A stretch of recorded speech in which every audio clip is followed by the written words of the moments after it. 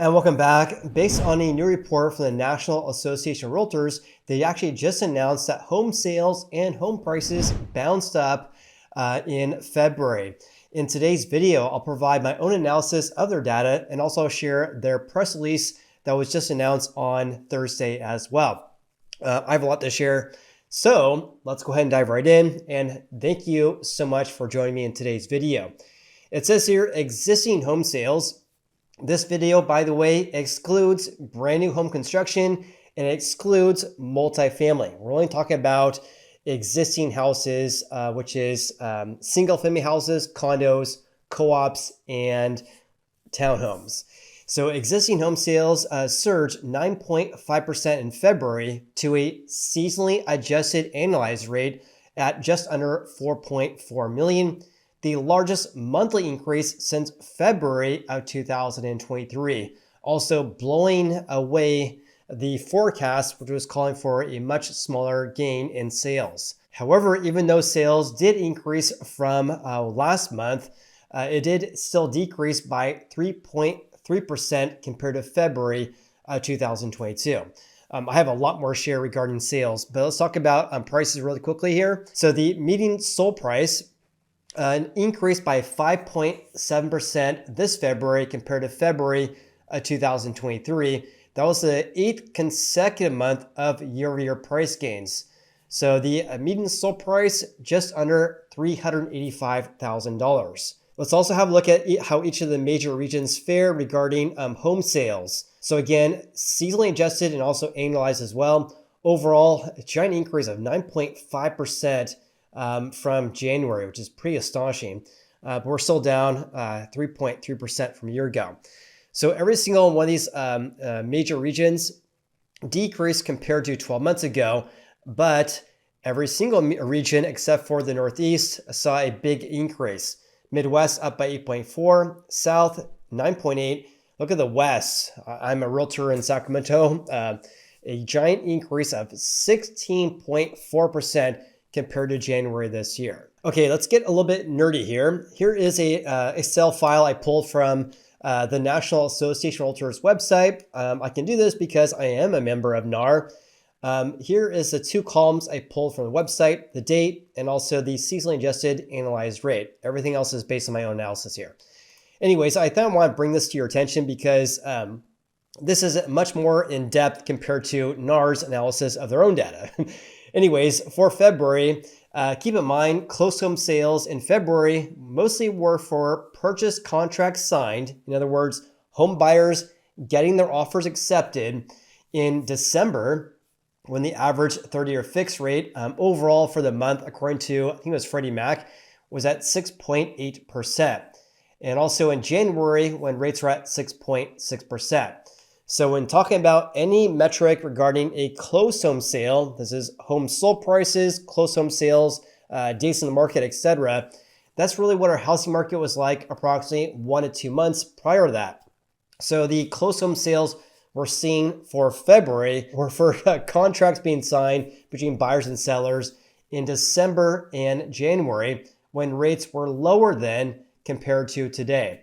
So over the past week or so, average daily rates, according to the Mortgage News Daily, have been around 7%. Therefore, because rates are higher than they were back in December and January, this could limit further growth in sales and home prices to come. And that's, of course, if rates still remain very much elevated at around 7%. Also, check this out because sales very much have definitely bounced back this February. This is actually the fastest sales pace since February of 2023. So a 12-month high regarding home sales, at least the analyzed sales pace this February. Also, the sales pace this February at 4.38 million is well above the street's forecast of 3.95 million. And here's that right here. This is on investing.com on their economic calendar.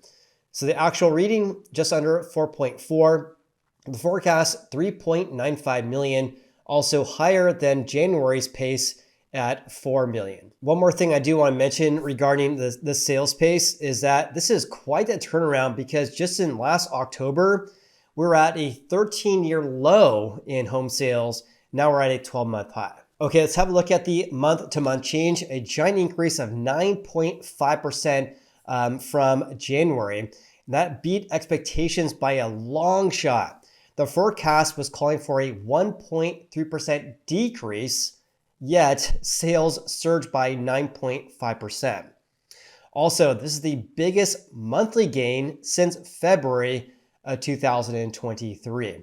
Back then, we saw a 13.3% rise in sales. In addition, sales have now increased for 2 consecutive months as well. However, as I noted earlier, even though sales jumped in February, we're still down by 3.3% on a year-over-year basis. However, this is not as bad as what happened last year. Last February, home sales tanked by 23.5%. And now we're only down by 3.3%. Even though the decrease from 1 year ago is not as bad, this still marks the 31st consecutive month in which closed home sales were flat or down on a year-over-year basis. So in other words, we've been seeing more or less 2 years or nearly 3 years of decreases. The last time sales increased year over year was back in July of 2021. Okay, let's change gears slightly here and talk about inventory levels, and then we'll talk about home prices, some very big changes. So inventory overall has been on the rise. In fact, inventory increased by 5.9% from 1 month ago, and we saw an increase of 10.3% on a year-over-year basis. So we have approximately 1,070,000 homes for sale. 1 year ago, around 970,000. So inventory levels have been on the rise, which is a positive sign for housing market. But the month supply is relatively flat and still at very low levels at 2.9 months.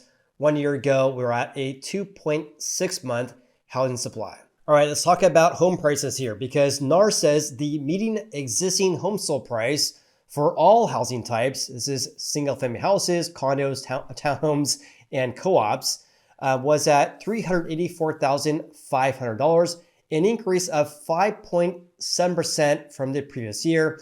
All 4 US regions posted price increases on a year-over-year basis. So that's all they had to say regarding prices, which is kind of laughable anyways, because I have a lot more to share. In any case, we're up by 5.7%. Every single one of these regions increased year over year. In fact, the biggest increase was actually in the Northeast, rising by 11.5%. Prices at just under $421,000. A year ago, only $377,000. Also, we saw a big increase in the West as well, up by 9.1%. We're just under $600,000 right now. One thing that I noticed that NAR did not mention here is that one of the reasons why we're seeing an increase in prices is due to houses selling in the upper range, or an increase in houses selling in the upper range. So we saw a big increase in homes that sold for over $750,000, well above the median numbers here. In fact, here is a slide from NAR, which shows exactly that. It says here the percent change in sales from a year ago by price range. So sales over $1 million nationwide surged by 36.8%. Houses in the range that sold this February in the range of $750,000 to $1 million also surged by 23.3%. In contrast, we saw a decrease in closed home sales less than $250,000, a small increase in the range of $250,000 to $500,000. I want to bring that to your attention because the increases and also the changes in prices can be influenced by the mix in sales. So because we're seeing a big increase by more than 20% that sold for over $750,000, that is contributing to the rise in home sold prices. Having said that, let me share my Excel doc here, because here's a look at my own analysis of their data. Again, I pulled this from their website, or actually I pulled this a long time ago, but I just update it every month. Here's the date, and of course the median sold price. Everything else is based on my own analysis here.